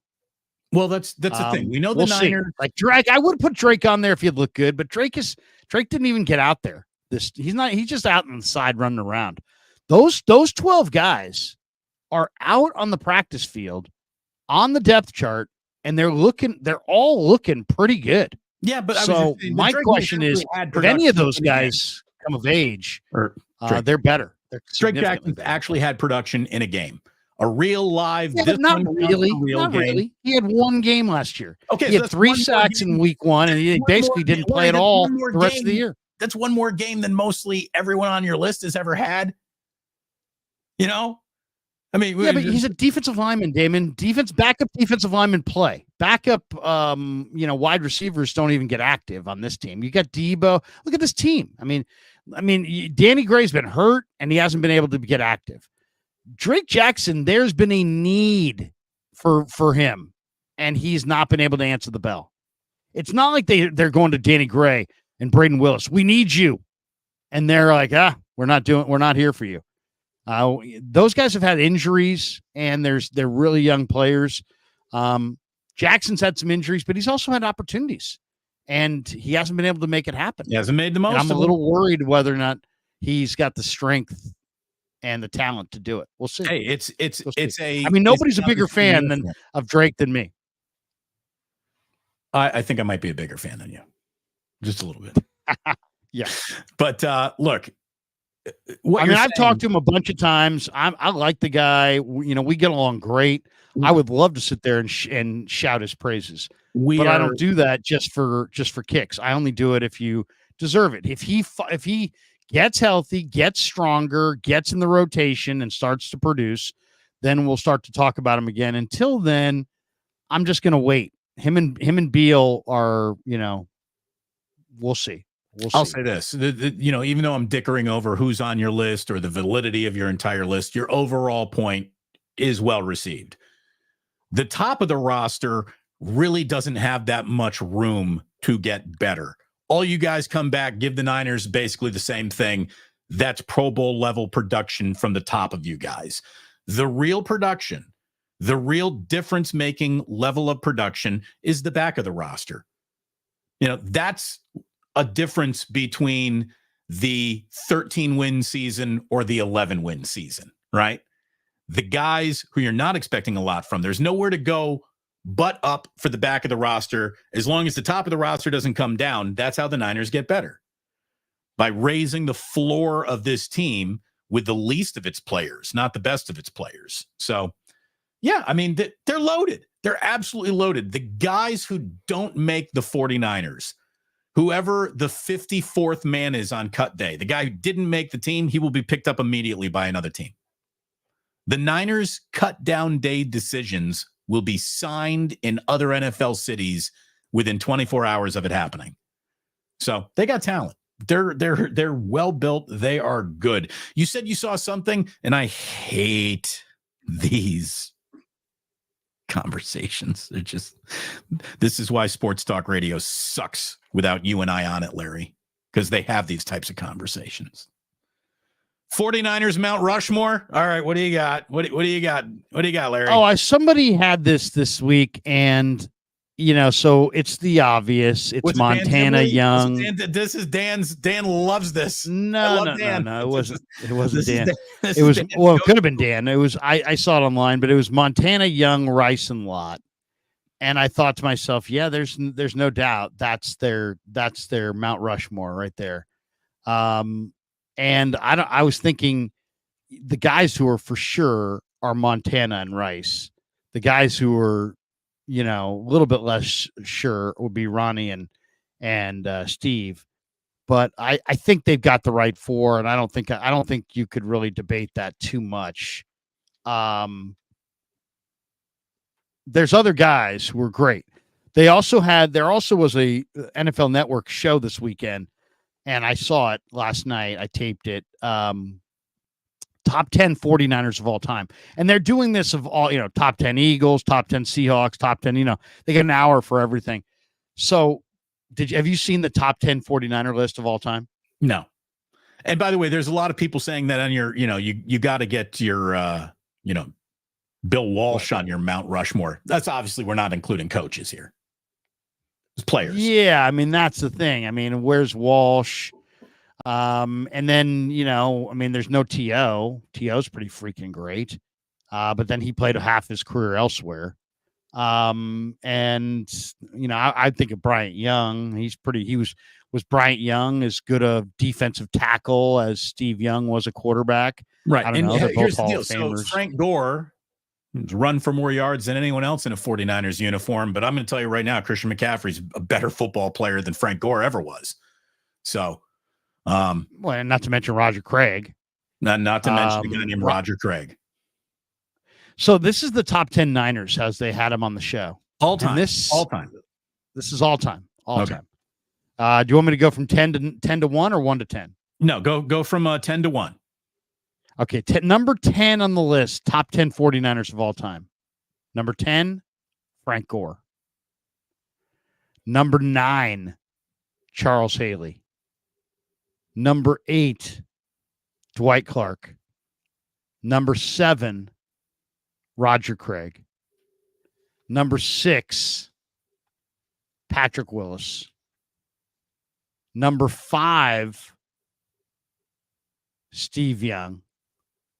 Number 4, instead of going with one guy, they went with 4 guys. They went with Y.A. Tittle. This is bullshit right there. You can't have 14 guys in your top 10. Get the fuck out of here, list. Yeah, $1 million backfield is listed as number 4 with Y.A. Tittle, Joe the Jet Perry, Hugh McElhaney, John Henry Johnson. Yeah. All 4 of those guys were Hall of Famers. Sure. They put them in there as 1 at number 4. No. So we know number 3, number 2, number 1. We know who they are. It's just a matter of order.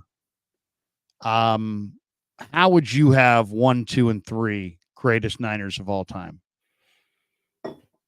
Well, because this is debatable. This is a little bit debatable, to be completely honest. So look, I've asked guys who have been, 49ers season ticket holders forever, guys whose sports opinions I really, really care about. About who is better, Joe or Jerry? Because that's what we're really talking about here. This is a 2-man race, Joe or Jerry. Lott's number 3, and Joe and Jerry are the final 2. Who's number 1? Who's number 2? Has the myth of Joe Montana dwarf the reality that we got this wrong? Because Jerry Rice is arguably pound for pound the single greatest, most productive player in the history of the sport, right? No one was ever better at any position than Jerry Rice was at wide receiver. Maybe Lawrence Taylor at outside linebacker, maybe, but Jerry Rice. You're saying nobody's ever been as good. I mean, Devin Hester is the best return guy of all time. He's going to the Hall of Fame this month. He's probably the best return man of all time. But there's Dion, there's White Shoes Johnson, there's others. But I would say Devin Hester is the best return guy of all time. As far as hands down, unquestioned best at their position, there isn't really. I mean, is there? I mean, Is Anthony Munoz considered the best offensive tackle? I guess maybe Trent. I don't know, but I mean, Jerry is definitely the number one wide receiver. Right. And you could argue that blips of Randy Moss's career were better than any one single season that Jerry might have had. But again, Jerry's numbers still so thoroughly outpace the rest of football history as all of the league has bent to the benefit of catching up with Jerry Rice for wide receivers that are behind him. None of them are even in shouting distance of the guy. So he is so far and away, pound for pound, the greatest wide receiver ever. No one's even come close, that I don't think that there's much to debate. Having said that, I think Joe Montana is probably the greatest 49er of all time.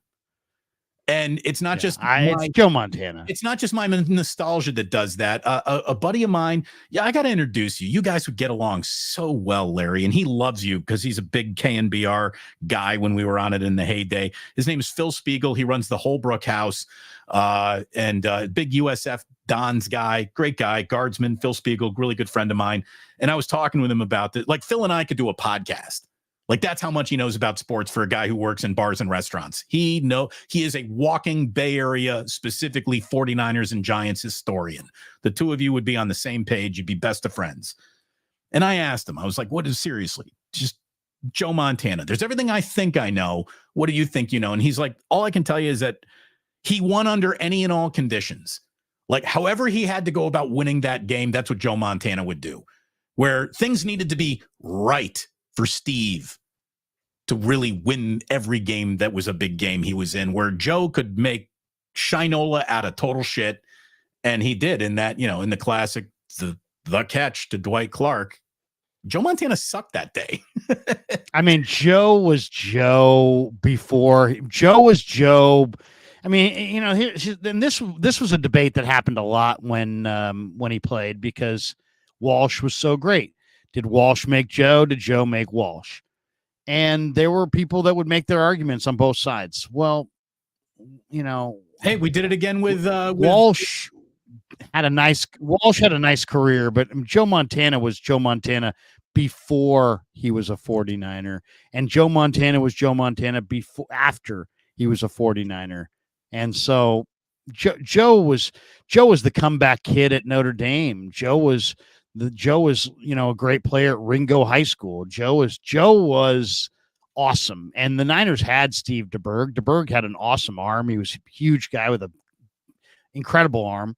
But they didn't become the Niners until Joe. And then he went to Kansas City and he beat the Niners. And he went to Kansas City, almost took them to the Super Bowl.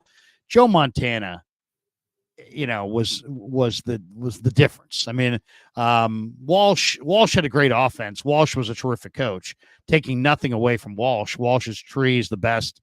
He's one of the greatest coaches in the history of the NFL. But if you had to argue, one made the other. I'll argue that Joe made Walsh more than Walsh made Joe. Well, we sort of ran this experiment just 20 years later, right? With the whole Tom Brady, Bill Belichick thing. Tom Brady was able. Yeah, but Belichick was a defensive coach, so he wasn't even anywhere. I mean, he didn't make Brady. I mean, nobody with a brain thought that Tom Brady was made by Bill Belichick. You know what I mean? There's the defensive mastermind somehow made Tom Brady awesome. No, Larry, Tom Brady was awesome, and Bill Belichick was awesome. They've been debating this in Massachusetts for. They didn't make, but they're not even the same skill set. Right. But when the whole well, you could argue who's more valuable, but as far as Tom Brady was not made by Bill Belichick, you know what I mean? Bill Belichick barely even got involved in the offense. I mean, he had offensive coordinators. He's not an offensive guy. He's a defensive. Well, hey, look, as long as it says head coach, as long as it says head coach on his business card, that's that. Whether you came from the defensive side of the ball or the offensive side of the ball, whether you had Josh McDaniel or, that's like saying Mike Ditka made the 85 Bears. He did. He didn't. He did. They haven't won shit. No, he didn't. No, he didn't. It was Buddy Ryan. It was the 85 Bears were the 46 defense. That was all Buddy Ryan. Mike Ditka wasn't even allowed in the defensive meeting rooms. Oh, but he was still, I mean, he was the head coach, but we all know Buddy why Ryan's team. why didn't they just get rid of Ditka and promote Buddy Ryan, the head coach? Buddy Ryan was not retained, and Mike Ditka was. I just look. Buddy Ryan. But what did Mike Ditka do after? What did Mike Ditka do after Buddy Ryan? Nothing. Nothing. What did Buddy Ryan do after Mike Ditka? Tons. Not really. No, that's not true. He was really good in Philadelphia. I mean, Seth Joyner and all those guys in Philly, Reggie White. Really good. What's your definition? They were fearsome. I mean, they were a fierce team. They didn't win. It's kind of like just because you don't climb to the top doesn't mean you're not awesome. I mean, they were awesome. Seth Joyner, Jerome Brown, Reggie White, Andre Muddy Waters. That was a very, very good defense he had, and he was a good coach. And he did some good things in Arizona, to be completely honest. I mean, Buddy Ryan was the key to the Bears. I mean, sure he was, but he wasn't the head coach. So right. Look, that's what I'm saying. If you can't credit Ditka for the '85 Bears, as far as their defense, they were the most dominant defense in the history of pro football, and it was a Buddy Ryan deal. So that's all I'm saying. It would be like if you credited Kyle for the Niners' #1 D. You wouldn't really. Or if you credit Andy Reid. I mean, you know who got tons of credit this year the day after the Super Bowl? Spagnuolo. Why? Because his McDuffie and Snead and Jones and his defense played really, really, really good for the most part. So Spagnuolo got a lot of the credit. Anyways, what were we originally talking about? Joe Montana or Jerry Rice? Yeah, it's Jerry's 2. It's Ronnie's 3, Jerry's 2, Joe's 1. And I understand that. I mean, I guess the argument they gave in the show was that, Joe, the Niners were terrible before Joe, and that he was there for 2 Super Bowls before Rice. And, he was making Freddie Solomon and Dwight Clark look awesome. And Dwight was leading the NFL in receptions before Jerry and this and that. So they're arguing that Joe means more than Jerry. I mean, Jerry is considered a better wide receiver than Joe is a quarterback. Like Jerry's the undoubted #1 wide receiver. It goes Jerry, then Moss, then Owens in that order, where a lot of people will put Brady in front of Joe and just on longevity. And I would too. I mean, come on. I mean, seriously. And I love Joe, and I lived it, but still, well, I mean, Brady, the longevity of Brady has to be respected.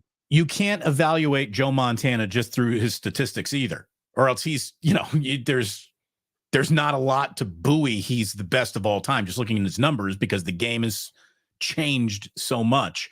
But it's also changed to help the quarterback. Now, right. It's not like it wasn't like he played in some easy era. I mean, the hits that he took, he played in a knocked him out of 90 and of 86. The hit he took in 86 from Jim Burt, the hit he took in 90 from Leonard Marshall. Those are penalties. They were devastating hits that have been officiated out of the game now. Right. So Joe lived in a world that no longer even exists on a football field, and he thrived in it. But he thrived in it in a way that his numbers are still depressed based on the way that the game was played, the way that Bill Walsh called a game, and the way that the game is played now. It's all changed so dramatically. I mean, basically, we're arguing about who's the most important member of the Holy Trinity. Is it God, Jesus, or the Holy Ghost? Like, you can't have one without the other, basically. I mean, this is and this Niner list is so deep. I mean, there's no John Taylor on this list. There's no Terrell Owens on this list. There's no Bryant Young on this list.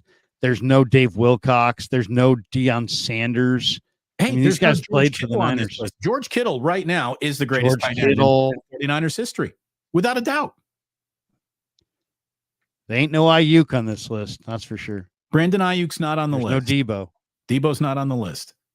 I'll tell you the one guy who's on this team. There are 2 guys on this team, 3 guys on this team who could be on this list. Bosa one day, Fred Warner one day, and Christian McCaffrey.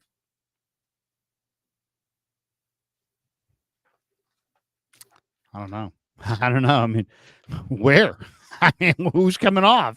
Well, so we're I mean, it's taking off easy to all say your who's number four. Your going on. $1 million backfield is all gone. Sorry, boys. You played when there was Okay, black and so white the bottom television. four, we'll just go to the bottom four. The bottom four on the list: Frank Gore, third all time on the NFL rushing list. Charles Haley, he's got more Super Bowl rings than anybody in history. Dwight Clark, and Roger Craig. Okay, so let's remove To me, Frank on this list. Haley's already a Hall of Famer. Frank will be a Hall of Famer. I think Roger deserves to be a Hall of Famer. Willis is going to be a Hall of Famer. That's the bottom. The bottom half of their list includes Hall of Famer Willis, possibly future Hall of Famers Gore and Craig, Hall of Famer Haley. Only Dwight Clark on the list, not a Hall of Famer. And Dwight, we all know Dwight has not secret, but special meaning to the 49er dynasty beyond just the stats. Right. Look, Dwight, that's the thing. Dwight Clark, with all due respect, is the first guy off this list. Dwight Clark's memories are sepia tone, gorgeous, lovable, all-time NFL play memories without the catch, which obviously helped launch the dynasty of it all. But, you take one play away from Dwight Clark, he's not on this list. He scored 48 touchdowns, in his career, 48 touchdowns. Fucking Christian McCaffrey had 21 just last year. He led the NFL in receptions a couple times, though. It wasn't like he was just a one-catch wonder or anything. Right, but 506 career receptions, didn't have 7,000 receiving yards. He had one 1,000-yard season in his career. He caught a career best 85 balls in 81. He's the first guy off the list, with all due respect to Dwight Clark's beloved memory. He's the first guy off the list, and your Joe the Jet Perry, Hugh McElhaney $1 million backfield bullshit. Come on, that's no. With all due respect, bullshit. What? Those guys aren't legit. I'm saying that if you think Joe the Jet Perry is pretty good running back, wait until you see Christian McCaffrey. Yeah, but I mean, come on. Joe the Jet Perry was the NFL's leading rusher. In their time, they were great, but when he retired, he was the NFL's leading rusher. So just because it was a long time ago doesn't mean I hear what you're saying, but all of those guys were that $1 million backfield. I mean, this is before my time, but I can remember my dad talking about those guys quite a bit. Wyatt Tittle, John Henry Johnson. I mean, these guys were all special. I mean, all incredibly special. They were great. But the four of them don't deserve to take up number 4 all at once. But if we had, so I would take their position off the list and Dwight Clark off the list. What about Haley? He won 3 with Dallas. But he was still I mean, if T.O.'s not on the list, why should Haley be on the list, really, right? I mean, T.O. is the third best wide receiver in the history of football and played half his career elsewhere, but played half his career with the Niners. I mean, that's an interesting one. I mean, to me, the guy that absolutely should be on this list is probably T.O. He's probably the guy. He's probably the guy that got screwed off of all current 49ers. Who's the most likely to crack this list? Bosa, Warner, or McCaffrey, or Brock Purdy? Shit, I'll throw it out there. Yeah, I would probably say Brock Purdy. Over Fred Warner, Bosa. Yeah, I would say Brock Purdy, especially if Brock Purdy does what I think he can do, which is win a couple Super Bowls. If Brock Purdy wins a couple Super Bowls, he probably makes this list. Mike Crocker says, starting to wonder about Bruce. He's all about now, not the history. Look, that's fair. I'm just going to tell you that I spent enough time talking to Steve Kerr about how sports works to be convinced that, look, rank and file NBA players right now, if you put them 30 years ago, I think would dominate 30 years ago basketball. I think if rank and file NBA players today would dominate the NBA 30 years ago. Yeah, just from a 3-point shot standpoint. So you take Anthony Lamb, he's suddenly going to be great in the take him back. No, to the he's 70s. not a rank and file NBA player. He's a fringe NBA player. Okay, Anthony Lamb doesn't count. Okay, so who's a rank and file? Klay Thompson. You put Klay Thompson in the 80s. Suddenly, Klay Thompson's the best. I don't know about that. Klay Thompson is. There were some great players with that 3-point. Oh, sure there were, but Klay Thompson is. These guys would just be great too. I mean, they would just be. They would do whatever. So sports, they'd be better athletes. You know, they'd be more better trained. You know, sports gets better every year. Athletes get better every year. That's the way it goes. The training methods get better, and the athletes of the training methods of today cannot be held against the athletes of yesteryear. No, just because they didn't. You know what I mean? Just because you didn't. And the importance of it all, and how much money is out Earl there. Campbell's the ultimate power back of any era.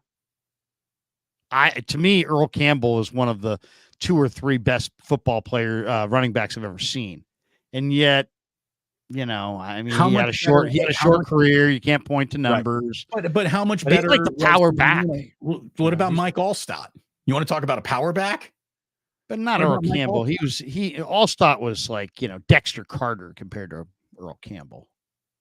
Earl Campbell was, you know. What about Derrick Henry?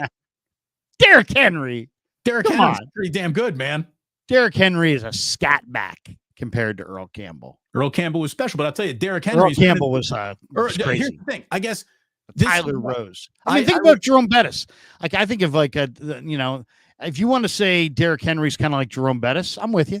He's just not Earl Campbell. There was only one Earl Campbell. I mean, Earl Campbell was crazy. You know, I just saw the retrospective the other day on Earl Campbell, and his son went to a card show with his dad, like within like the last 10 years. And they ran into Jim Brown, and Jim Brown told Earl Campbell's son that, you know, and only, you know, the way it came out too is so kind of arrogant, but that Jim Brown told Earl Campbell's son that Jim Brown was the best running back of all time, but that Earl Campbell was second. You know, I would say it would be, for me, now I know Emmett's the all-time leading rusher, and a lot of people love Barry Sanders, but I would say Jim Brown, Earl Campbell, Walter Payton is the holy trinity of running backs, and nobody else need apply. And that's it, Eric Dickerson and everybody else. What's your all-time? I'm saying Jim Brown, 1, Earl Campbell, and Walter Payton. I mean, if you want to take Walter and put him 2 instead of 3, that's fine. But sweetness was a definite, and definitely Campbell and definitely Brown. And everybody else, there's awesome guys. Marcus Allen, Eric Dickerson, and Barry Sanders. You left off a guy who could be arguably the greatest running back of all time in Barry Sanders. He just had a terrible team all around him at all times, including his offensive line. He was incredible. You know, Emmitt Smith. Was he better? Yeah, I love Emmitt Smith. Talked about. I would just say they're just a couple of. I remember Thanksgiving when I was watching the Bears on Thanksgiving when Walter Payton went off for like 177 yards or whatever it was. I mean, it was amazing. Walter Payton was the only thing the Bears had. He got crushed on every play, and just kept coming. Yeah, just kept coming. Walter Payton. You know, Marshall truly amazing. Was unbelievable. Yeah, there's a lot of great ones. But I mean, Jim Brown, I think you have to give Jim Brown the nod. I don't. And then I'd go with Earl Campbell and Walter Payton. I know other people would go with Barry Sanders. Players. Jim Brown was trucking over guys who were part-time players, half his size and mostly white. Like, I just think that Jim Brown.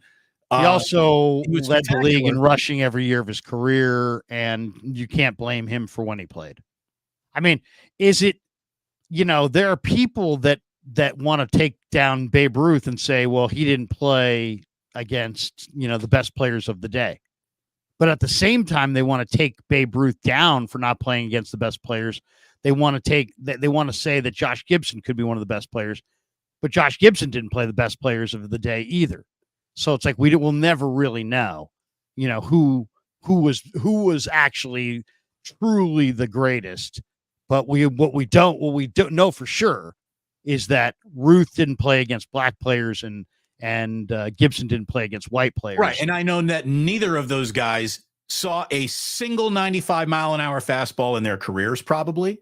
Not one of those guys saw an 18-inch break slider, which is the first pitch of every seventh inning right now for every team. The worst player on everybody's pitching staff has an 18-inch break slider. I mean, it's just the game has changed so much that. But in fairness to them, those guys also probably never played with the kind of awesome backdrops that they have now. They were probably hitting against people sitting in center field wearing white shirts that they couldn't see the ball.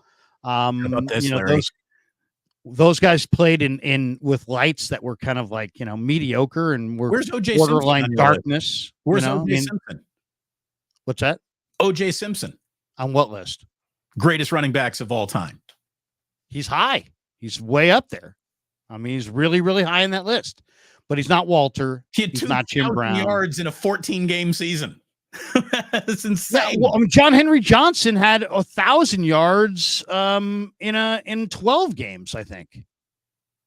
He had a 12-game season. He had 1,000 yards. So I mean, but to me, we've been watching. The old saying is that as time goes on, the athletes get bigger, stronger, and faster. Except when we're talking about Earl Campbell, who was bigger, Earl Campbell was bigger and stronger and faster than any of the backs today. And he played in the 70s and 80s. By the way, Mark Graves coming in here in the chat room saying where OJ is on this list. OJ is officially 6 feet under these guys. See, it's funny because he's a murderer and he's dead now. Does OJ get slashed for being no? There you go. Would you say he's been cut from the list, Larry? Nearly. It's so sad watching the fact that Eddie D. Part of the Niner history is that they made a terrible trade and traded a bunch of draft picks to Buffalo. One of them became Joe Cribbs for O.J. Simpson when O.J. Simpson had knees that were totally shot.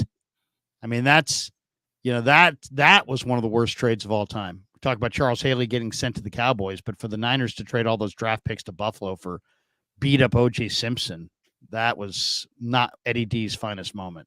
Larry, I got a show coming up at 11 o'clock. I'll invite everyone to watch on Damon Bruce Plus. We're going to start a little bit with the other thing over the weekend is that, what Klay Thompson about to take his business somewhere else. We're going to kind of open with that on the show since we go over everything all football over here. Paul George. There's a lot of talk about Paul George coming to the Warriors. Yeah, well, we will be talking. One more bit of NFL news, little housekeeping for you. This is from Kyle Posey. The NFL informed the Players Association that they're tweaking the 2024 injured reserved rules. Now, some things stay the same. If a player if you're on the injured reserve list, you must miss 4 games. If you're placed on the injured reserve list, you get designated to return, then you get a 21-day window to open. But the significant change that Kyle Posey says is the amendment to the number of returns from the injured reserve list. Under the old rule, teams were limited to 8 returns during the regular season, which often led to strategic decisions based on personnel. However, the latest amendment, teams who qualify for the playoffs can now make up to 10 returns, potentially altering game strategy. So, I like it. I mean, it's it gives the long and the short of it is if you go to the playoffs, you've got 2 more players you can pull from, and that's big, man. I mean, what are we doing here? I mean, you want to make sure that you're putting your best foot forward in the playoffs. You can't have quality, healthy players that just can't make their way back, onto the field because of rules. So, I like it. I think, it will help. The Niners had to make some tough decisions. Now there's a little bit more flexibility. I like that. I do too. And I hate arbitrary rules. Why is it only 8 players can return from the injured list? How about everyone, when they're no longer injured, being able to return? Like I just don't like. I mean, as long as they're placed on the injured list legitimately, why manipulation? If they're been manipulated, then that's not good. But if we're talking about legitimately injured players that are legitimately getting healthy and are put legitimately back on the roster, why should we limit it? Why? I don't understand that. You drafted the player, right? You got him on your roster. He got hurt. You didn't make up the injury. He got hurt. So then now maybe he's your best player on your team. Maybe the 5 best players on your team could all get hurt. And what if there's only so many guys that you can have return? I don't like it either. As far as I don't like any arbitrary rule that keeps talented players off the field for no real good reason. So I like it. I think they should go further. I think they ought to just not have a limit. I don't understand. I mean, can you even understand the concept of why there would be a limit? Why? What are we afraid of? Right. What is the competitive advantage or disadvantage gained or lost through this? Like, I don't really understand it either.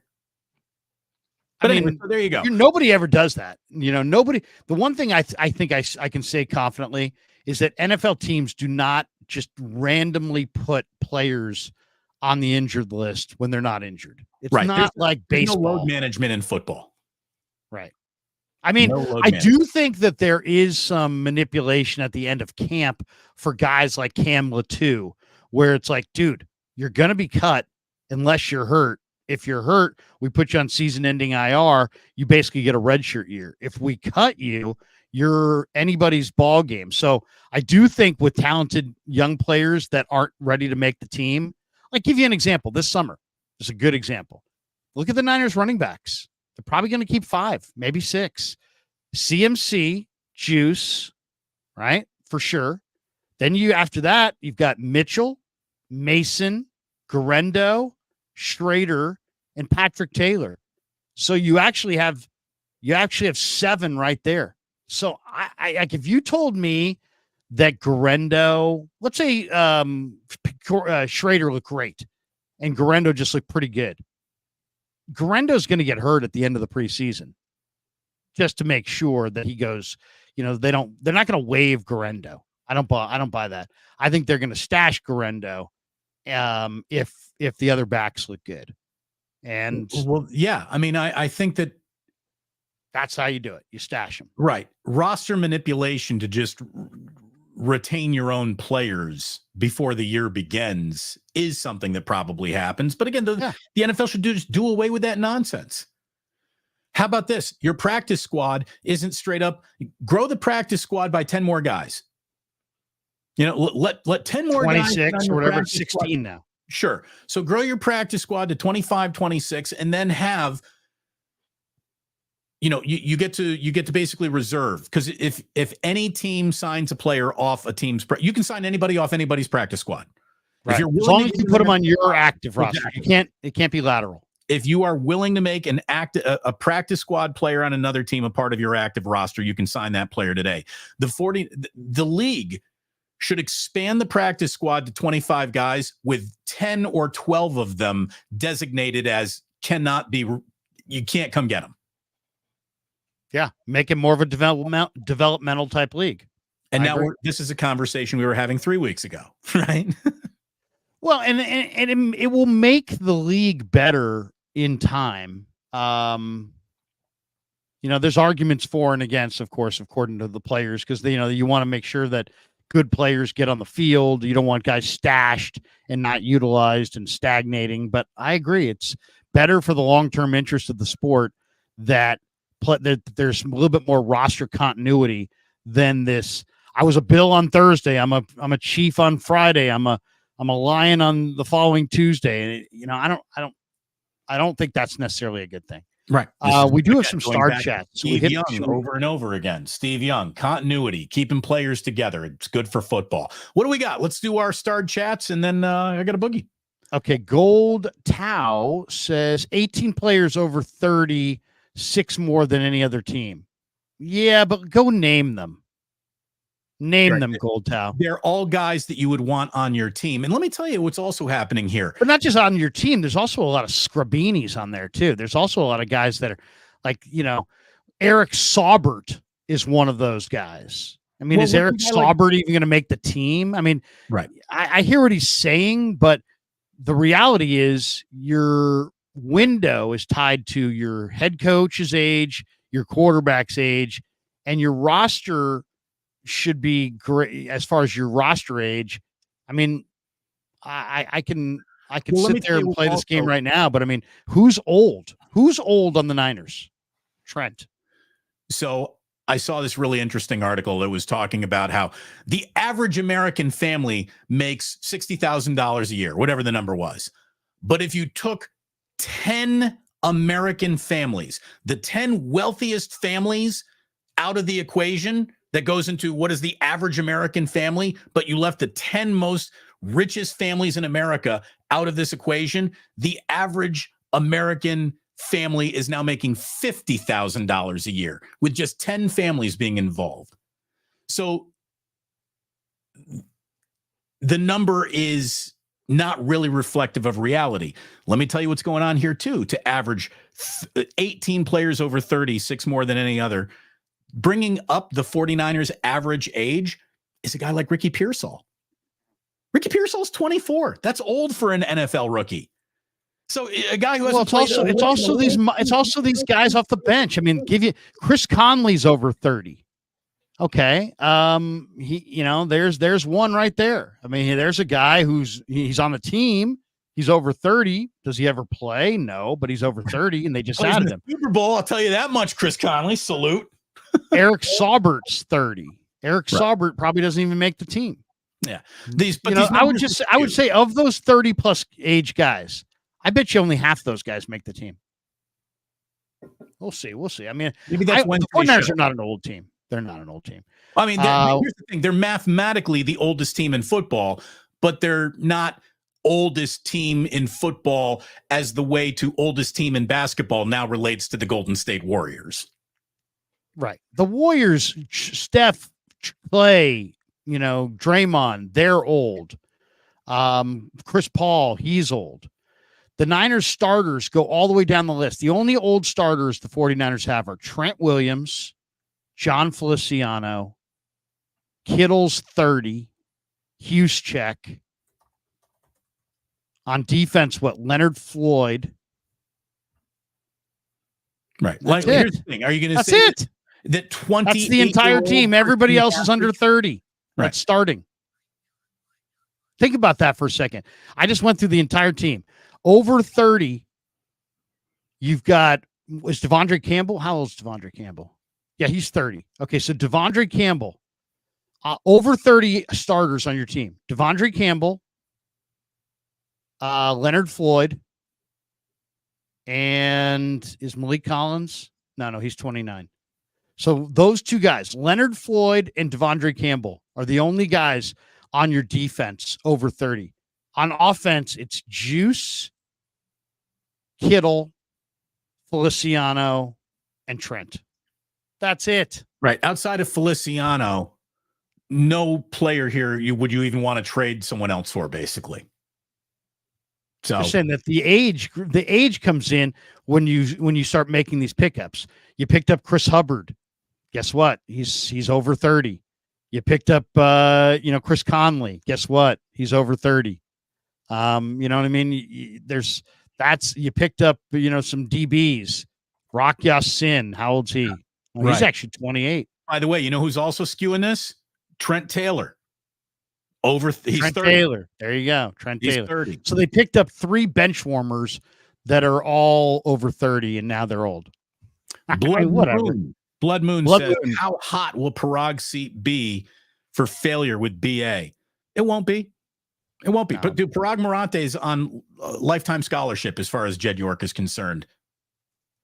He's also running the soccer team. They got him doing a bunch of things. Right. Blood Moon says this is the year Kyle Shanahan lets a quarterback have full control.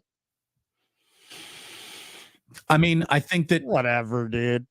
Well, no. So I think that this is the year where Kyle is going to empower Brock Purdy to be a little bit more in charge of what happens when he gets to the line of scrimmage and looks over a defense. I do think that Kyle is desirous of a quarterback who can say, all right, I can get us into the right play based on this moment, and it's not the play that came into the huddle. And any coach would want to empower a quarterback who's good enough to do that. I don't think anybody's getting full control. Right. There is no quarterback in this league who's calling his own plays like what the frickin' John Elway was doing at the end of the, he was the Broncos offensive coordinator at the end there. Right. G2 the Universe says he's become a YouTube member. There you go. A little clap for G2 the Universe. Golf clap. Gold Tau says Hawks' new defensive coordinator, Michael McDonald, destroys Brock again. We shall see.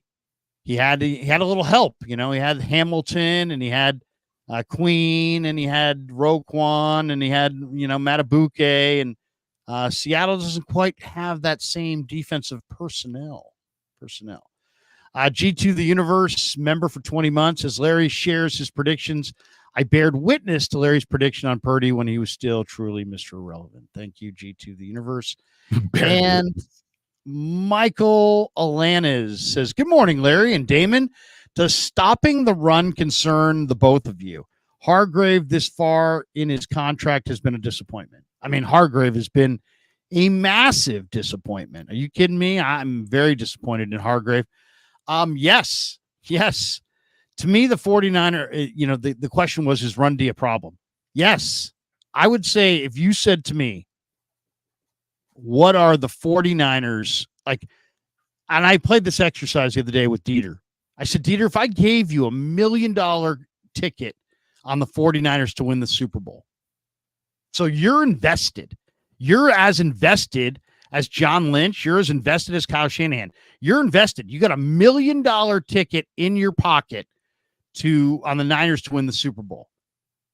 What do you want to add? If you could add one player, what do you want to add? A realistic player? And what is your primary concerns of you falling short of cashing that ticket?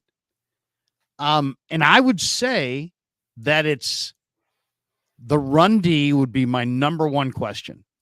Like, I'm concerned legitimately about the run D. That would be question number one. Question number two would be the right side of the offensive line from Brendel to Feliciano to McKivitz. Yep. Those are the correct top two concerns right there. Concern number three, I don't know what your concern number three would be, but those would be safety play ironing itself out. I think they got the right guys to figure it out, but early struggles with safety play could be something that haunts the Niners in September. See, I went from that to my biggest concern is I don't think the 49ers can win any games that Brock Purdy doesn't start.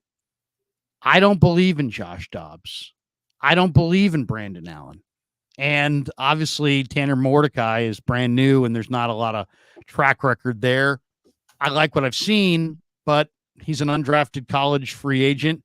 But I would say that this is a concern that is essentially shared universally in football. Your starting quarterback goes down.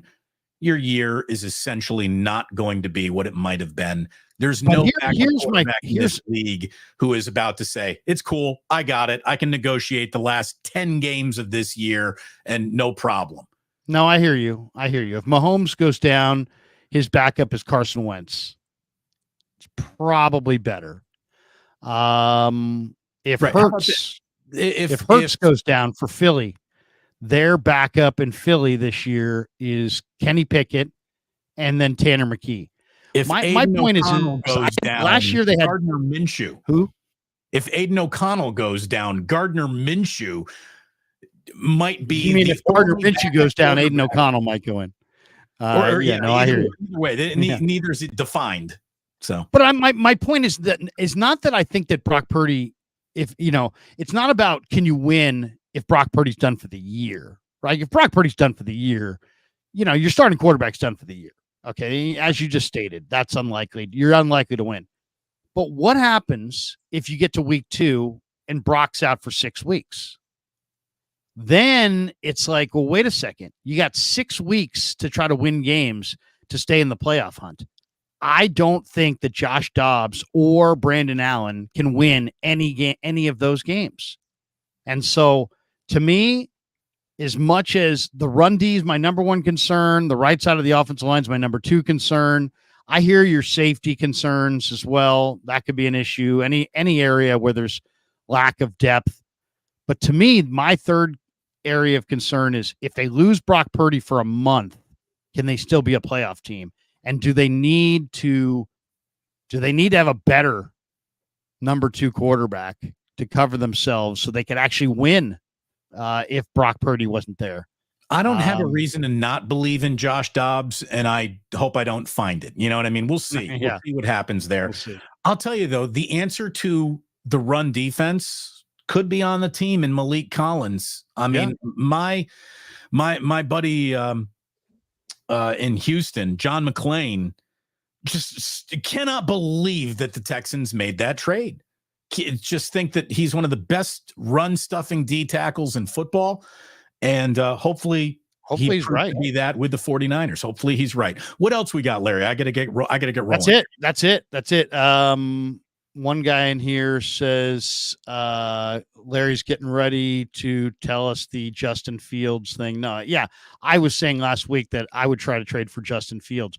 I'm just saying that if Brock Purdy went down, I'm not a real believer that they could win some games with Dobbs or Allen. So hopefully Brock Purdy doesn't go down. Hopefully he stays healthy.